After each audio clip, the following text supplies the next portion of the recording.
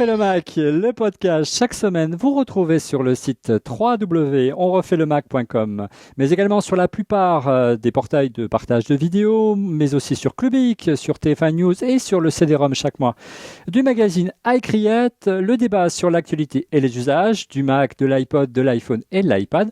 On va parler cette semaine de la polémique sur la géolocalisation de l'iPhone, c'est dur à dire. Tout de suite, c'est le sommaire. Cette semaine, on refait le Mac ouvre le dossier de la géolocalisation de l'iPhone. Le téléphone d'Apple a de nouveau défrayé la chronique en stockant dans l'ordinateur, à l'insu de ses utilisateurs, la plupart de leurs déplacements et ce durant plusieurs mois. Et il est facile de les consulter via une simple application iPhone Tracker. Face à la polémique, Apple a enfin communiqué pour tenter de mettre fin à la tempête médiatique. Les explications de Steve Jobs sont-elles convaincantes? Faut-il avoir peur de son iPhone ou assistons-nous à une tempête dans un verre d'eau? À quoi peuvent servir ces infos de localisation? Que nous prépare donc Apple? Et au-delà, les géants du web avec nos données personnelles, nous tenterons d'y répondre. On refait le Mac, épisode 60. Alors l'iPhone track ou pas track?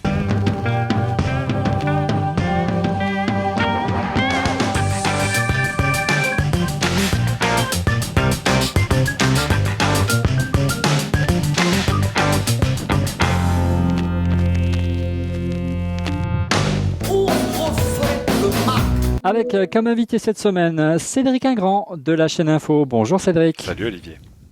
Ça va bien?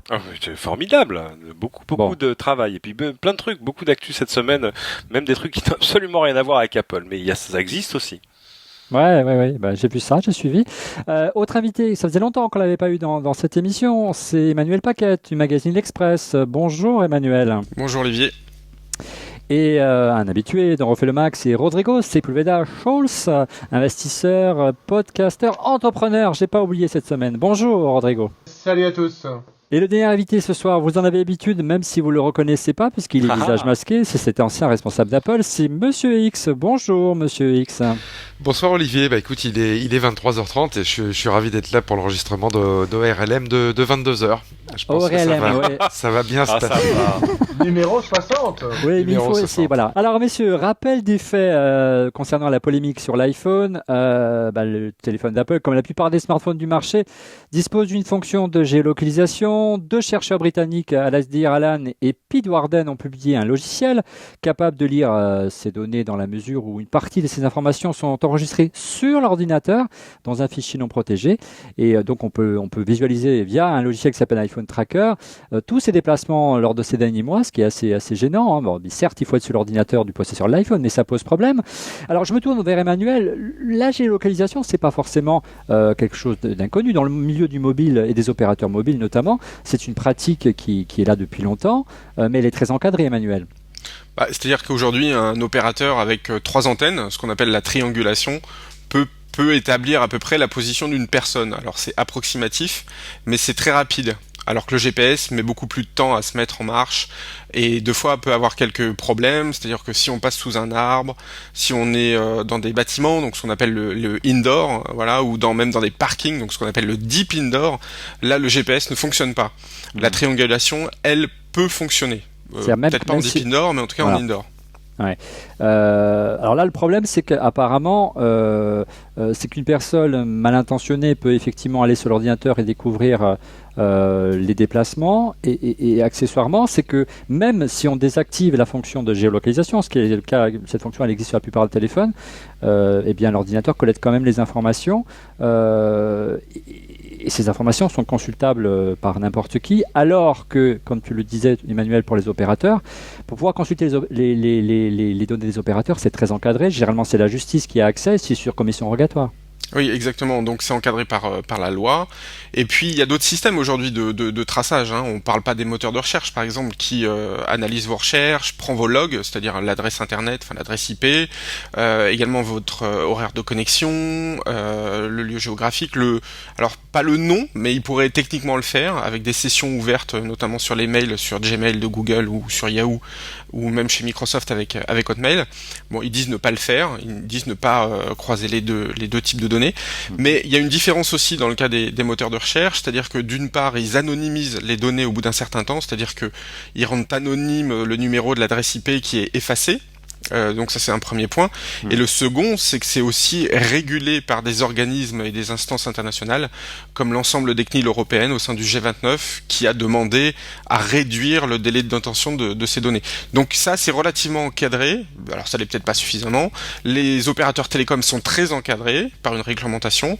Dans le cas d'Apple, de Google, puisqu'on en parlera également, et de Microsoft également pour les téléphones mobiles, là en revanche il y a un total flou juridique et c'est un problème. Oui, sachant que dans le cas précis de ce petit logiciel de localisation, iPhone Tracker, n'importe qui a accès à la machine où est connecté l'iPhone peut savoir les déplacements, et ça peut être un mari jaloux ou quelque chose comme ça. Ou un patron stop. Alors je suis désolé, je ne peux plus garder le silence, c'est pas possible. On va faire une émission courte ce soir parce que c'est quand même une tempête dans un verre d'eau, mais absolument. Ouais. On est en train de dire attention, on pourrait. C'est qui on ? Ce on, il faut qu'il ait accès à ta machine. C'est-à-dire qu'il ait le login mot de passe de ton Mac, par exemple. Ton épouse peut avoir accès à ta machine, Cédric. Oui, mais nous, on a réglé ce problème-là, Olivier. Oui, c'est clair. Oui, bien sûr, mais c'est ça. En dehors d'un époux jaloux ou éventuellement d'un employeur un peu curieux et qui, en plus, comme tout le monde découvrirait aujourd'hui que ce fichier existe, donc en gros, en même temps que toi, il n'avait pas plus l'info que toi avant. C'est un non-événement. C'est-à-dire que personne... Moi, tous les papiers que j'ai vus où on dit Apple permet de vous suivre à la trace, etc., c'est quand même d'une exagération totale. C'est comme... tu vois ce que je veux dire ? Si quelqu'un a accès à tout sur votre machine, peut-être que le moindre de vos soucis, c'est ce petit fichier consolidated.db. Le reste, il y a quand même vos mails, il y a toutes vos photos, il y a toutes les infos personnelles qui est sur votre machine ou qui a sur votre mail en ligne, vos réseaux sociaux, etc. Parce qu'évidemment, moi, si tu as le login de mon Mac, tu démarres, tu lances le navigateur et tu vas sur mon Facebook sans login, sans mot de passe. Donc, honnêtement, tempête dans un verre d'eau. Deuxièmement, la localisation. On parlait tout à l'heure de triangulation. Il n'y a pas de triangulation. Il y a des gens qui, depuis qu'on connaît l'existence de ce fichier, ont fait l'expérience et disent non mais attendez, non, on s'aperçoit avec l'expérience que on est localisé par la tour GSM sur laquelle on était connecté, mais la précision elle est parfois à quelques centaines de mètres, voire à quelques kilomètres. Donc voilà, enfin, je pense qu'au final c'est un fichier qui n'avait pas à être gardé, c'est un fichier technique, il n'y a pas d'utilisation, Apple l'explique pas, mais surtout, non, mais c'est pas ça. Ce que je veux dire, c'est qu'on peut pas continuer cette conversation en disant regardez, on vous suit à la trace, parce que ce que disait Emmanuel sur les opérateurs est juste. Votre opérateur, il a de très bonnes raisons de savoir toujours où vous êtes, mais l'accès à ces données-là est encadré. Mais c'est vrai qu'il y a quand même un flou, Cédric, sur l'utilisation aujourd'hui par les grandes entreprises de la high-tech et du web en général de ces données. Mais on va en parler dans un instant. On a attendu une réponse d'Apple et ça a été le silence radio pendant une semaine. Oui, mais on espère toujours. Si Steve Jobs s'est d'abord exprimé via un mail adressé à un lecteur de Mac Rumors et où il a plutôt botté en touche en disant mais vous savez, non seulement on n'espionne pas, on ne souhaite pas espionner nos clients, mais au-delà les pratiques ailleurs, notamment en pointant du doigt Google sans le nommer de mémoire.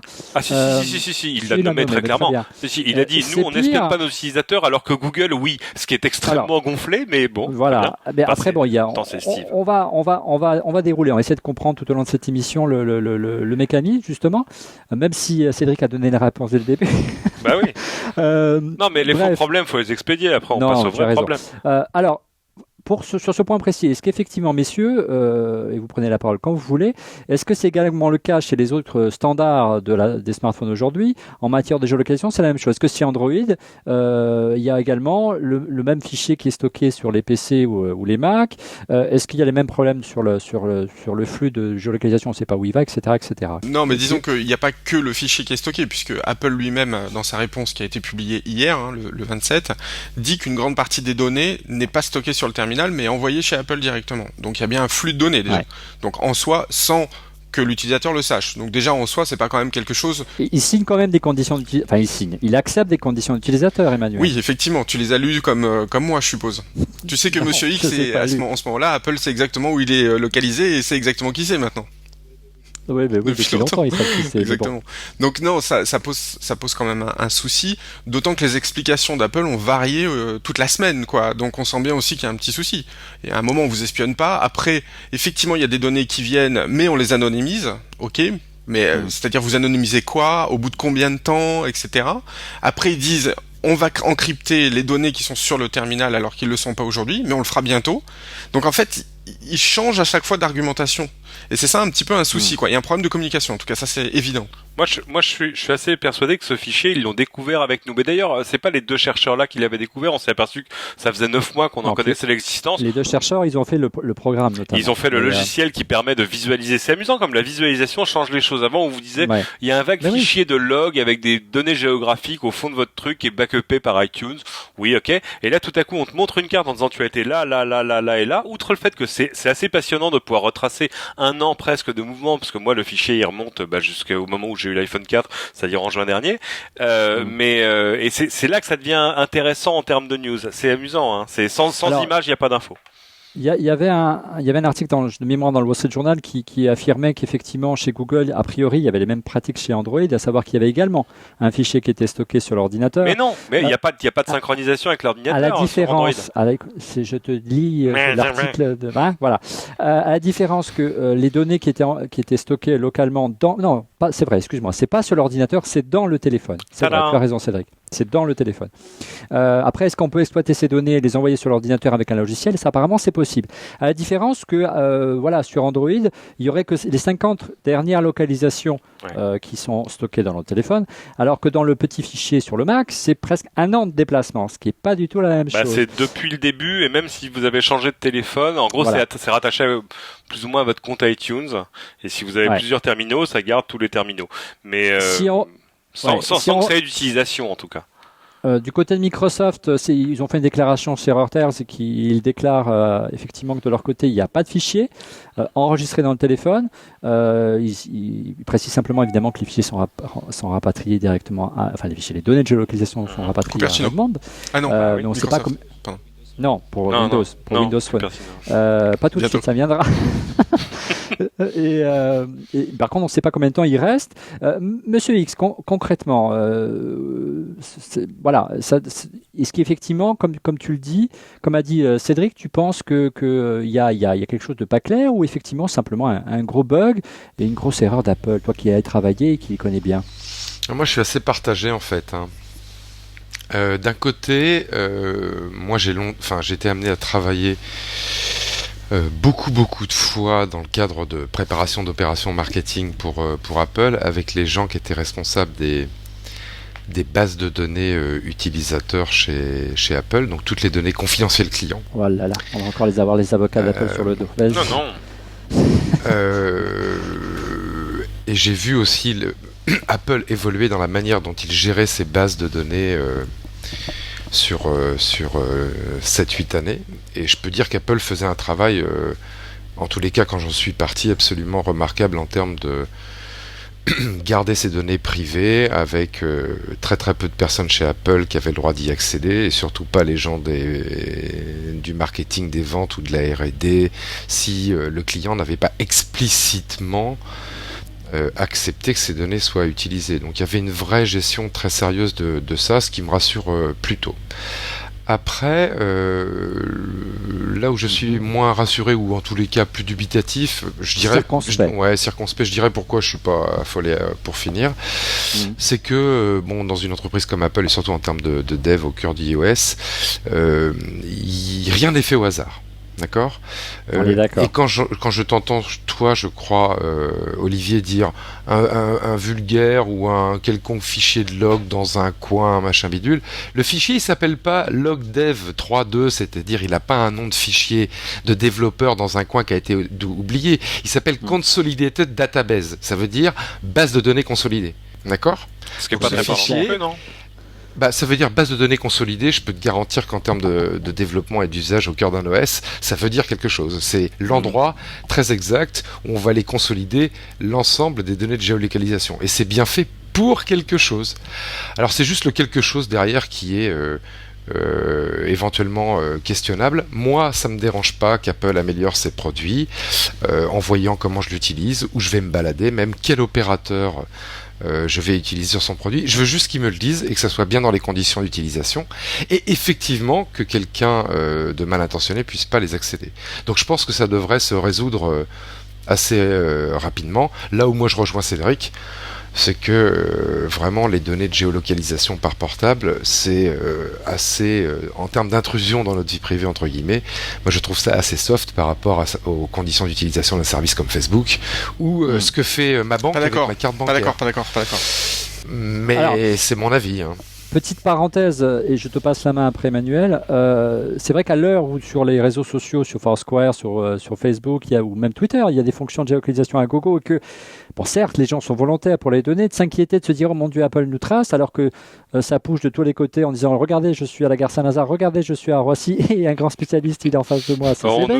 Nous sommes plusieurs. Ouais, c'est vrai. Ça peut faire sourire aussi. Oui, moi, il y a Emmanuel, 3 choses qui me font un peu plus douter, contrairement à Monsieur X. La première, c'est que entre le moment où il a quitté Apple et aujourd'hui... Ouais, mais t'aimes personne, toi. Et aujourd'hui, Apple a une nouvelle corde à son arc, qui est la publicité. Qui dit publicité dit profilage, et qui dit profilage dit base de données alimentée sur ce que fait l'utilisateur. Donc ça, c'est le premier point. Deuxième point, Gizmodo a sorti une information sur un dépôt de brevet d'Apple permettant de justement mixer la géolocalisation d'une personne avec des actes d'achat, avec des actes de retrait d'argent, etc., etc. Donc, je dis pas qu'Apple va le faire, mais en tout cas, il a tout ce qu'il faut pour le faire. Et le fait qu'il veuille aller sur le domaine de la publicité, concurrencer Google, concurrencer Yahoo, qui connaissait bien déjà les systèmes de profilage, là, il a vraiment de quoi faire du profilage très précis avec des systèmes liés à des systèmes de géolocalisation. Donc de ce point de vue-là, je trouve que les gens devraient être alertés de manière lisible et avoir le droit de dire OK ou non, enfin un opt-in ou un opt-out, hein, comme on dit, ce qui n'est pas le cas aujourd'hui. Je suis d'accord. Ce qui est condamnable, s'il y a quelque chose à critiquer envers Apple, c'est le fait qu'à partir du moment où on choisit délibérément de désactiver les fonctions de géolocalisation, ce fichier il vous trace quand même. Et ça pose un problème. Un problème éthique. Bon, c'est pas... Voilà, mais bon, mais il y a plusieurs choses. Moi, la réponse de Google à ça a été de dire oui, bien sûr, évidemment, nous aussi, il y a de la géologue dans nos produits. Enfin, de toute façon, l'arrivée même des puces GPS dans les smartphones a été une avancée parce que ça permet plein de choses en termes de services. Mais à chaque fois que vous installez une application qui pourrait l'utiliser, on vous demande de le valider. Chez Apple, la gestion est un peu différente. Tu le valides pas à l'installation, mais tu peux aller toujours dans les paramètres, localisation et voir application par appli qui peut ou ne peut pas avoir accès au GPS. Alors, est-ce que c'est à la localisation ou au GPS? C'est pas si clair que ça. Mais en dehors de ça, moi je comprends pas qu'on s'en étonne. Je veux dire, Apple nous fait depuis un certain temps des apps qui permettent par exemple de retrouver son téléphone quand on l'a perdu. Et ça, c'est une avancée. Localisé, moi. Oui, c'est ça, voilà.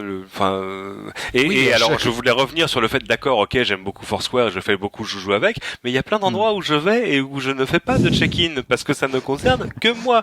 Donc, tu me verras faire des check-in dans des aéroports, des restos, des machins. Tu ne verras pas faire des check-in quand je vais chez des amis, etc. Bon, voilà. Donc, il y a des trucs. C'est juste une question de maîtrise de l'outil. Il faut savoir ce qui est du domaine de la sphère privée et du domaine donc, la vraie question, le vrai débat ce soir, c'est de savoir à quoi sert ce fichier, tu l'as dit, Monsieur X, cette base de données. Alors, il y a eu une première réaction, on l'a dit, de Steve Jobs par mail qui était un petit peu expéditive et qui a botté un petit peu en touche en disant allez voir les concurrents, c'est pire que chez nous. Et puis il y a eu enfin une réaction une semaine après, c'est énorme quand même, Monsieur X, pour réagir sur ce genre de choses. D'ailleurs, l'argument pour dire il nous a fallu une semaine pour réagir, moi, me fait doucement rigoler parce qu'ils disent nous sommes une entreprise d'ingénieurs et il faut quand même étudier le problème avant de répondre pour être sûr que ce soit vrai. Mon cul. N'importe qui. Oui. Non, parce que le problème il était connu depuis 9 mois. Arrêtez. Ouais, je suis d'accord. Ouais. Donc n'importe qui lance une application, l'application iPhone Tracker voit que ça marche, pas besoin d'être ingénieur. Mais passons, ce qu'on appelle de la langue de bois. Donc on a eu quand même quelques informations concernant l'usage de ce fichier. Il y a eu une interview donnée par Steve Jobs en compagnie de Scott Forstall, de Phil Schiller à All Things Digital. Et on a quelques pistes. Alors d'abord, ce qui est amusant, comme tu le disais tout à l'heure Cédric, les responsables d'Apple jouent sur les mots, ils disent mais non, on ne cherche pas à localiser les iPhones, on localise les relais. Ouais. Enfin, oui, mais c'est vrai.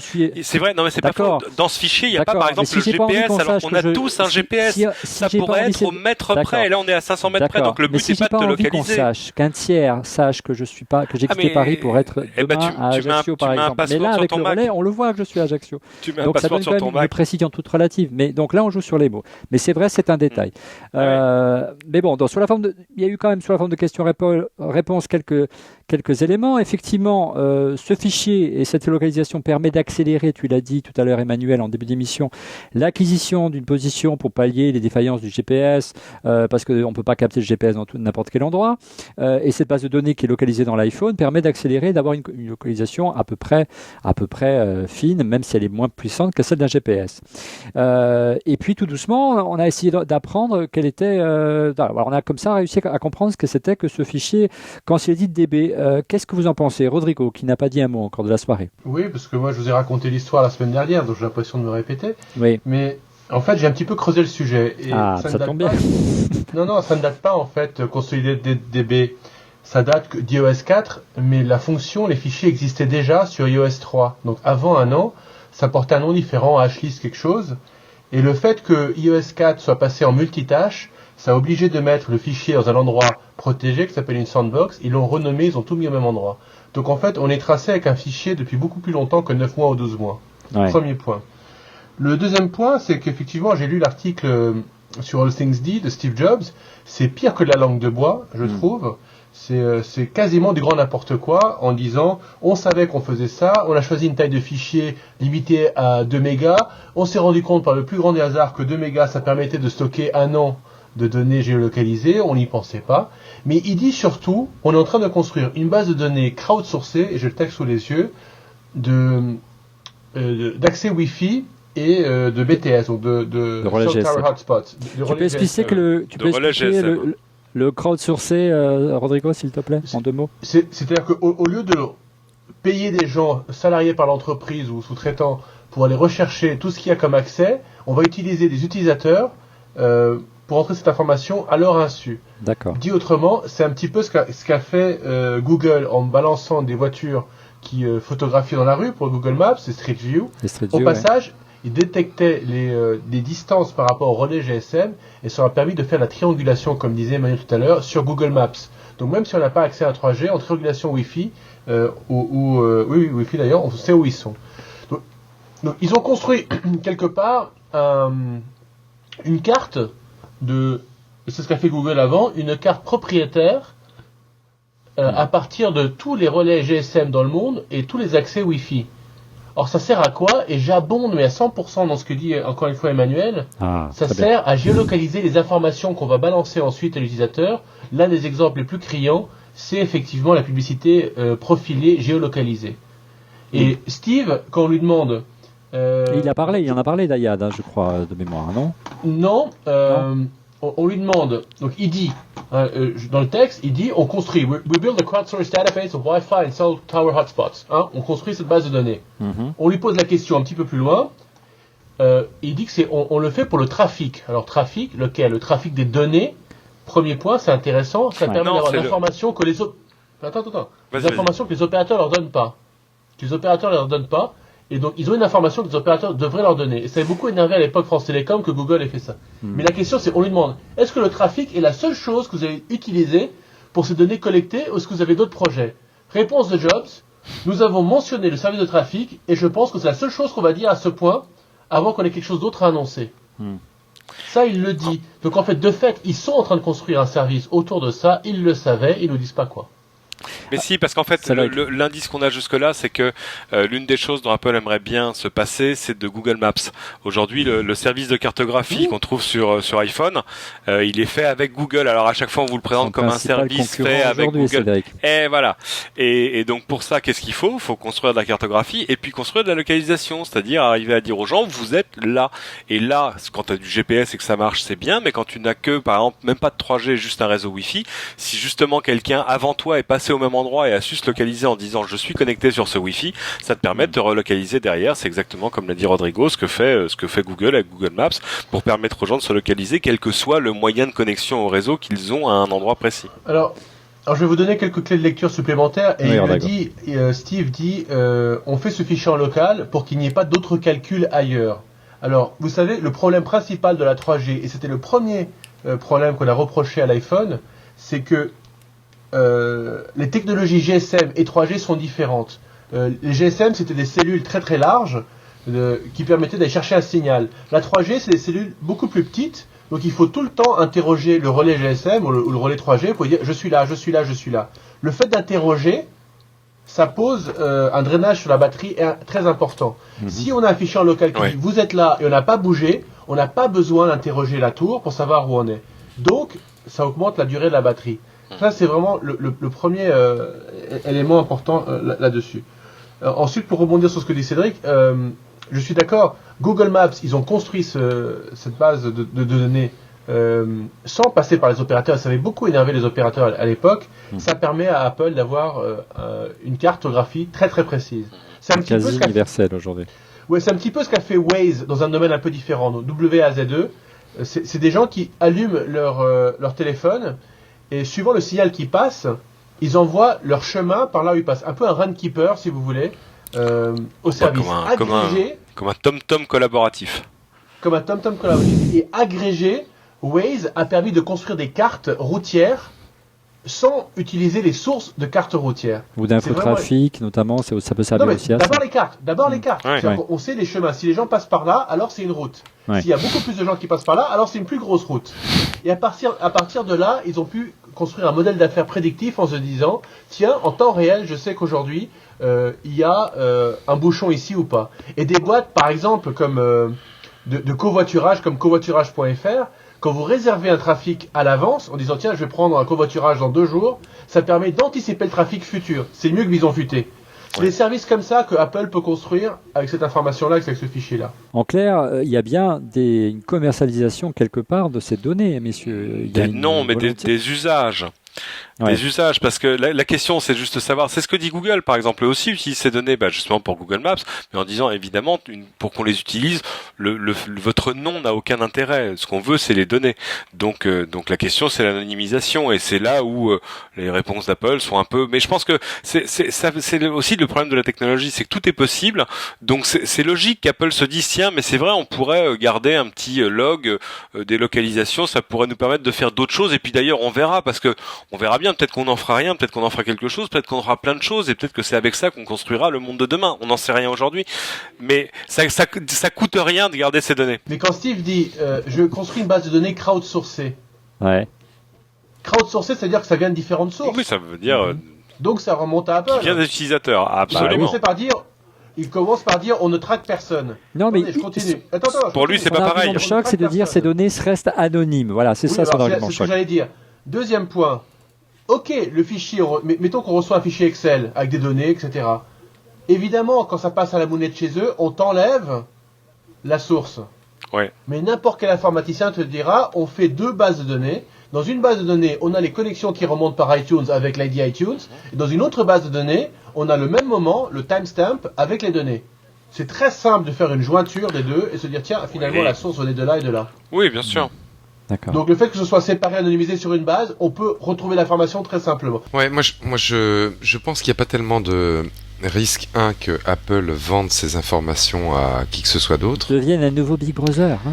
Non, mais il pourrait en tirer beaucoup d'argent. Tu sais que la vente de bases de données profilées est une activité très très lucrative. Quand tu es un site internet, tu fais de l'argent avec ton activité, qui peut être le trafic ou la vente de produits ou de services. Bien sûr.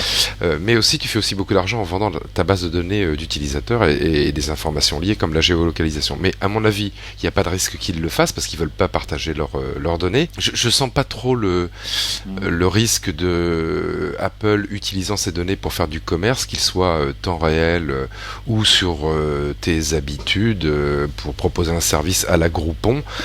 Moi, je pense qu'Apple peut s'en servir à d'autres choses et je vais donner un exemple très très simple. Quand Apple s'est posé la question de savoir où est-ce qu'ils allaient implanter les Apple Store en France, ils ont utilisé un outil public, un outil de statistique de Google qui s'appelle Google Insight for Search, que vous pouvez utiliser sur Internet, et qui vous donne une géolocalisation, grosse maille, au niveau de la commune, enfin du département en France, voire de la commune pour les très gros départements, et vous classe les recherches en fonction des communes. Donc ils sont capables de vous dire, vous prenez la commune de Paris, la recherche la plus populaire sur Paris, c'est aspirateur, ou c'est voiture, ou c'est partir au soleil en ce moment.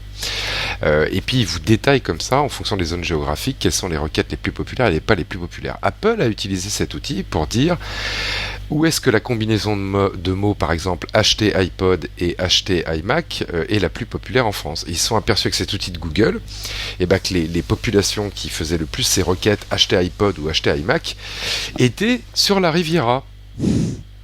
Voilà. Donc ils se sont dit, c'est là qu'on va les mettre, les premiers Apple Store. Et puis à Paris, à tel endroit, à tel endroit, à tel endroit. Alors ça, c'est pas mal. C'est une information qui vaut énormément d'argent parce que après, il y a des investissements énormes qui se jouent derrière.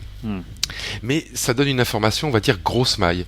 Avec le trafic qu'on peut reconstituer, entre guillemets, géolocalisé, des gens qui utilisent un iPhone, là on est beaucoup plus fin. On n'est peut-être pas à 10 mètres, mais on est beaucoup plus fin. Et on peut très bien décider de se dire, il y a un énorme trafic de gens qui ont un iPhone, je sais pas, à Brest ou à la gare de Rennes ou à tel endroit, et le magasin, on va plutôt le mettre dans le quartier de la gare à Lyon que à la Croix-Rousse. Parce que y a tant d'iPhone, tant de gens qui ont des iPhones, donc qui ont un produit Mac, donc qui sont sensibles à la marque, qui peuvent passer à cet endroit. Donc c'est plutôt des données, à mon avis, qui vont être utilisées pour de l'intelligence économique chez eux, pour ressolliciter leurs utilisateurs à acheter des produits et les aider à implanter leur magasin et leur propre publicité. Voilà, donc je le vois comme un outil d'intelligence économique et je serais bien étonné qu'Apple l'utilise pas. Une fois de plus, ça me dérange pas, il faut juste qu'ils me demandent la permission. Ouais. Il y a un épilogue à cette histoire, messieurs, puisque Apple a annoncé, Steve Jobs a annoncé qu'à l'avenir, suite à une mise à jour, le cache ne sera plus sauvegardé, ce fichier, quand si l'édit DB sera plus sauvegardé sur iTunes, il sera effacé entièrement lors de la désactivation des services de localisation, donc ça c'était important. Il sera chiffré dans une prochaine mise à jour d'iOS. Alors messieurs, est-ce que vous pensez que ça va mettre fin définitivement à la polémique ? Non, je pense pas, parce que comme elle a pris une connotation politique, aujourd'hui... Google, Apple et les autres vont devoir aller s'expliquer aux États-Unis. La CNIL a dit qu'ils allaient lancer une enquête. Donc, en tout cas, qui demandait une explication à ces sociétés-là. Donc, non, je pense que le sujet va devenir politique et donc va traîner un peu en longueur. Après, je sais pas si ça ira au-delà. Je suis un peu désespéré par les organismes qui sont là pour protéger notre vie privée. Dans le cas de la CNIL particulièrement, depuis l'histoire de l'amende contre Google, parce que les camions de Google attrapaient au passage un peu, non, c'est différent de là, mais attrapaient les données qui passaient sur des réseaux Wi-Fi ouverts. La CNIL a pris ça pour une intrusion dans la vie privée. C'est grotesque parce que Google a jamais eu l'intention ni de regarder ces données ni de les utiliser. Et en fait, le problème dans toutes ces histoires de fichiers, de données, de localisation et de données personnelles, c'est pas la possibilité technique qu'on puisse en faire quelque chose de mal, parce que de toute façon c'est possible. Comme le dit Rodrigo, même si on anonymise les bases, si on met les données d'un côté, les données nominatives de l'autre, quelqu'un mal intentionné qui aurait accès à tout ça, donc ça fait pas grand monde, pourrait les reconnecter. Donc bien sûr, la question c'est celle de l'intention. C'est qu'est-ce que Apple voulait faire avec ces données, qu'est-ce que Google veut faire avec ces camions, etc., etc. Que la CNIL et que les organismes du genre qui sont censés réguler la vie privée ne comprennent pas ça ou tentent de justifier leur existence en dressant des amendes pour des trucs qui sont de l'ordre de l'erreur technique, je trouve ça assez désespérant. Il y a juste un petit bémol, si je puis me permettre, c'est que aujourd'hui, ce qu'on a vu, c'est... il y avait les moteurs de recherche qui connaissent à peu près tous vos goûts, ce que vous cherchez, etc., etc. Après, il y a eu l'épisode, effectivement, avec Street View, donc avec ces voitures qui collectaient des données de connexion via les réseaux Wi-Fi. Mais je veux dire, là, avec le téléphone, on est quand même dans un niveau supérieur. Vous savez très bien tous qu'il y a 3 choses qu'on n'oublie pas de prendre le matin en partant de chez soi. C'est les clés, son portefeuille et le mobile. Et le mobile est dans sa poche ou sur soi toute la journée et allumé toute la journée. Ce qui veut dire qu'il nous trace toute la journée. C'est pas le cas d'un moteur de recherche, on l'utilise pas toute la journée. On peut l'utiliser beaucoup, mais pas toute la journée. Et c'est pas le cas non plus de son réseau Wi-Fi. On peut l'utiliser beaucoup, mais vraisemblablement pas toute la journée non plus. Donc il y a quand même un phénomène supérieur avec le téléphone, et en plus il y a un risque supérieur, et puis quelque chose d'assez effectif, parce que son téléphone on l'a sur soi tout le temps, donc je pense qu'on est dans un domaine, dans un autre domaine quand même. Est-ce qu'il n'y a pas quelque part, et là peut-être je vais me tourner vers M. Hux pour conclure, parce qu'on est long ce soir messieurs, face à l'euphorie de ces sociétés high-tech, pas seulement Apple, des sociétés qui ont un tel succès, une telle explosion de leur chiffre d'affaires, que quelque part ils deviennent un petit peu des États dans l'État, ils se croient peut-être un peu tout permis, parce qu'ils n'ont pas de limite, c'est des enfants gâtés aujourd'hui les Apple et les Google, M. Hux. Non, je crois pas, sincèrement, Olivier. Alors, je vais exagérer le trait volontairement, mais je dirais qu'un des premiers postes de coût d'Apple, hormis ses achats de matières premières et ses budgets marketing, c'est le département légal et ses avocats et ses juristes. Et ces juristes, et c'est bien pour une raison, c'est que surtout ils sont très précautionneux, et ils réfléchissent beaucoup. Après, c'est là où je rejoins Cédric, c'est normal, entre guillemets, que d'un point de vue technologique, ils essayent plein de trucs, voire qu'ils jouent aux apprentis sorciers. Après, c'est quand ils utilisent ça et qu'ils le lient à un certain nombre de choses, comme la vie privée, où ça devient discutable. Mais Apple aurait déjà décidé d'utiliser pour des choses très très précises, liées de manière non anonyme à nos petites vies personnelles, ça aurait été blindé par le légal d'Apple.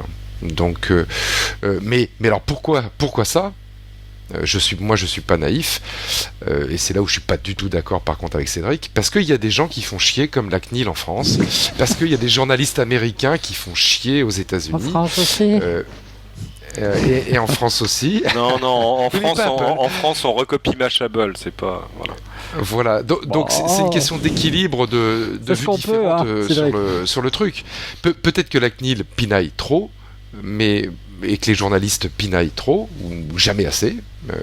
Vous choisirez à loisir, mais ça, c'est la garantie qu'il y aura toujours une pression sur ces entreprises et qu'elles auront beaucoup d'avocats parce qu'elles savent qu'elles doivent encadrer leur activité. Retirer des organismes comme la CNIL qui peuvent être assez emmerdants de temps en temps, ou des journalistes qui font même peut-être leur beurre d'un problème qui n'en est pas, et alors là, oui, vous allez trouver plein de gens dans des sociétés comme Apple qui vont dire on n'est plus regardé, ça veut dire qu'il n'y a plus de limites et on fait ce qu'on veut. Je suis d'accord sur le fait qu'Apple a bien compris que plus t'es gros, plus on te tape dessus fort, ça c'est clair aussi. C'est clair, mais c'est vrai que d'un autre côté, il y a quand même un empilement, c'est vrai, un vrai millefeuille d'histoires comme ça d'Apple qui dépasse la ligne jaune, géolocalisation, etc. Une attitude un petit peu hautaine. Et ça commence à faire, voilà, l'image d'Apple commence sérieusement à se dégrader. Et on va voir jusqu'où ça peut aller.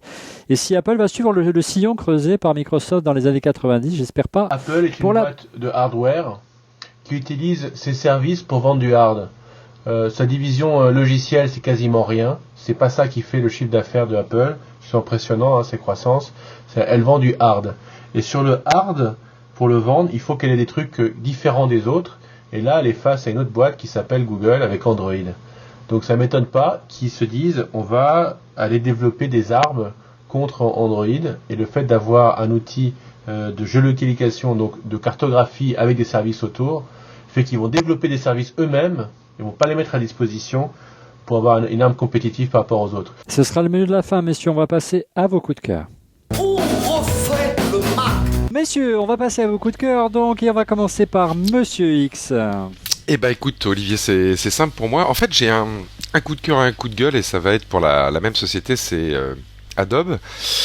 Alors, le petit coup de cœur rapidement, si vous aimez faire des panoramiques avec vos photos, j'ai réessayé dans Photoshop CS5, pour ceux qui ont le bonheur de l'avoir, c'est quand même un logiciel assez cher, la fonction qui s'appelle Photo Merger et qui vous permet de balancer vos photos comme ça en paquet, et Photoshop vous sort après un peu de temps de calcul un superbe panorama. Ça a été bien amélioré, il n'y a quasiment plus d'erreurs, et il n'y a pas besoin d'avoir un très bel appareil photo, je l'ai fait avec des photos prises avec mon téléphone portable, le résultat est absolument super. Donc un Nokia, c'est ça? Absolument.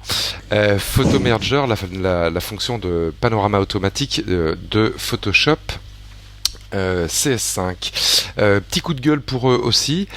Je n'arrive pas, parce qu'elle n'est pas disponible tout bêtement, à avoir une version d'évaluation d'Adobe Acrobat Pro 10 pour Mac. Il n'y a que la version Windows qui est disponible. Il n'y en a toujours pas la version pour Mac, et ça me fout en rage, parce que pour mettre directement moi ou à travers mon entreprise 1500 € tous les 18 mois dans une nouvelle version de leur suite, ça m'embête un petit peu de pas avoir en même temps que Windows, vu la popularité du Mac maintenant, la mise à disposition de la nouvelle version d'Adobe Acrobat Pro. On est comme des bêtas avec notre Mac, donc donnez-nous la version d'Adobe Acrobat Pro pour Mac, et arrêtez de vous fâcher avec Steve, ou Steve arrête de se fâcher avec Adobe. Ça nous empêche de bosser. Ouais, mais tu remarques que Steve Ballmer a pas fait des notes sur son blog en disant Apple c'est des connards et j'en ai marre de bosser avec des gens pareils. Enfin, tu vois, je pense que là est la différence, outre même les problèmes de part de marché. Photoshop c'est hors de prix, et si vous voulez faire des stitching de photos panoramiques, moi je vous conseille l'outil que j'utilise, moi, qui fait beaucoup de photos. Vous achetez Double Take. Double Take ça vaut, je regarde à l'instant, $17,95 et c'est top, et ça fait la même chose que vient de dire Monsieur X. Alors, c'était pas concerté avec Monsieur X, mais moi, mon coup de cœur, j'en ai plusieurs ce soir, je vais aller jusqu'au bout. Le premier, c'est ça. Ça s'appelle PDF Converter pour Mac. C'est la société Dragon, vraiment pas Dragon, Nuance qui édite notamment Dragon Detect qui produit ce logiciel. Si effectivement vous n'êtes pas satisfait d'Aperçu qui permet quand même de faire pas mal de choses en matière de PDF, mais dès qu'il s'agit de créer, de faire des annotations, de les découper, enfin faire des choses assez évoluées, Aperçu est assez vite limité.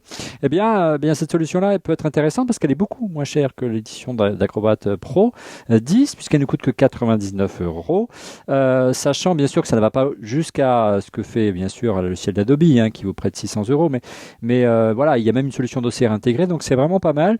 Bon, c'est un début, elle n'est pas aussi évoluée que la version PC qui était sortie auparavant. Et enfin, si vous n'avez pas du tout de sous et que vous voulez quand même une solution pour créer, annoter des PDF, Monsieur X, j'ai peut-être la solution pour vous. Essayez-la, elle est gratuite. Ça s'appelle Skim, S-K-I-M, et vous pourrez créer vos PDF sans dépenser un radis. Voilà. Et puis un autre petit coup de cœur, c'est une application que moi que j'aime bien, j'ai pas encore eu le temps de l'essayer, mais je l'ai essayé, mais pas la dernière version. C'est Fring, c'est un logiciel de solution de téléphonie sur IP notamment, et permet, si vous avez un compte Freephony, si vous êtes abonné chez Free, de téléphoner gratuitement via le Wi-Fi sur des téléphones fixes, y compris si vous êtes à l'étranger, connecté à une bonne Wi-Fi, vous ne payez pas les communications. C'est assez pratique. La nouvelle version, elle faisait comme l'ancienne de la visioconférence. Maintenant, elle fait de la visioconférence à plusieurs. On peut faire des visioconférences à 4. Et ça veut dire que peut-être qu'on pourra enfin, messieurs, faire On refait le Mac sans ordinateur un jour, qui sait. Je ne sais pas comment on va enregistrer les images, mais on verra.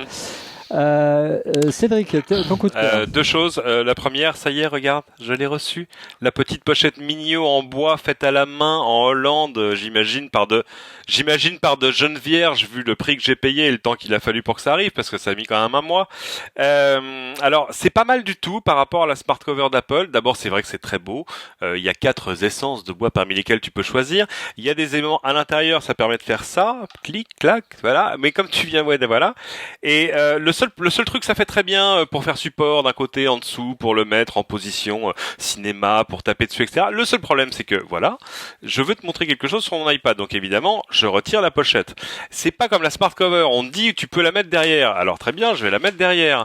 Mais si je la mets derrière, l'écran de l'iPad s'éteint. Car évidemment, les aimants qui sont derrière sont détectés par l'iPad. Et, bon, bref. Donc c'est pas, moi je dis, en plus, c'est très beau, mais c'est du bois, c'est quand même relativement fragile. Je dis, c'est une magnifique pochette pour les gens qui gardent leur iPad sur leur coffee table, vous voyez, sur la table basse du salon.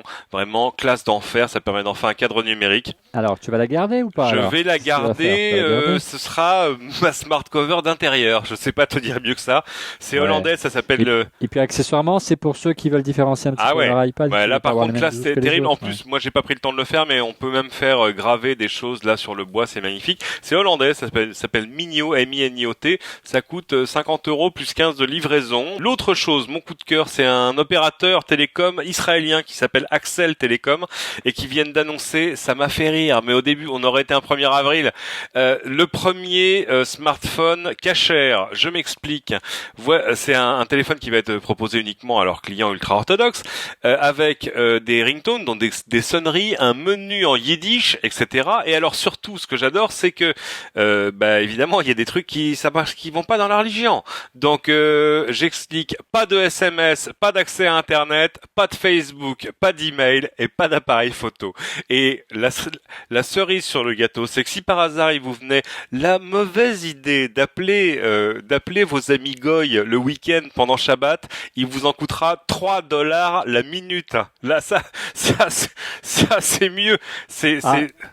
Forcément, c'est mieux qu'une vengeance divine. L'opérateur s'appelle Axel Telecom. Je trouve ça assez créatif et finalement, c'est un marché de niche, on en connaît. Mais ça peut marcher. Mais en même temps, le type qui va aller chercher un téléphone qui fait pas d'email, pas d'internet, pas de Facebook, pas de caméra, faut vraiment avoir de la religion quand même. Rodrigo, ton coup de cœur. Rêvons un peu. Imaginons que j'ai la qualité optique incroyable d'un Leica M9 avec l'évolutivité et l'écran magnifique Retina Display de mon iPhone et que ça ressemble éventuellement là c'est terrifiant. Non mais là ça fait trop peur. Là c'est un fanboy Apple, un fanboy Apple croisé avec un fanboy Leica. Ça fait trop peur. Je suis désolé, c'est pas possible. Je crois que c'est terrible. Là, il est irrécupérable. Et ben cette semaine, le Leica i9, non pas M9, le Leica i9 a été imaginé par une boîte qui s'appelle Black Design. Et c'est absolument magique, gorgeous, wonderful, extraordinary. C'est que c'est pas Leica. Ils ont fait ça sur le logiciel 3D et ça n'existe pas vraiment. Mais ça serait vraiment bien. Hein. Un jour, ça viendra, qui sait. Mais pas trop vite parce qu'il va falloir économiser, à mon avis. J'arrive pas à utiliser mail.app. C'est trop nul, c'est trop mauvais, c'est pas extensible. Alors moi, j'utilise Gmail. Vous connaissez le truc de Google? Mais aujourd'hui, je connais beaucoup de gens et parfois j'oublie ce qu'ils font, je sais pas ce qu'ils sont en train de faire. Et ben il y a une petite extension qui s'appelle Rapportive, et Rapportive sur Gmail, c'est top, parce que vous voyez à côté de votre mail les derniers tweets, les derniers statuts, ce qu'il fait sur les réseaux sociaux et tout ça, c'est top. Rapportive pour Gmail. On dirait Merci Rodrigo Belmar. Oui, Rodrigo Belmar, 490 €.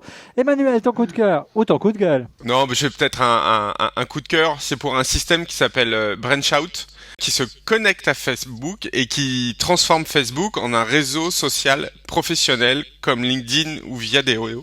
L'histoire, c'est que Branchout prend tous vos amis et demande si vous aimeriez travailler avec l'un ou l'autre de vos amis en essayant de tester ces différentes qualités.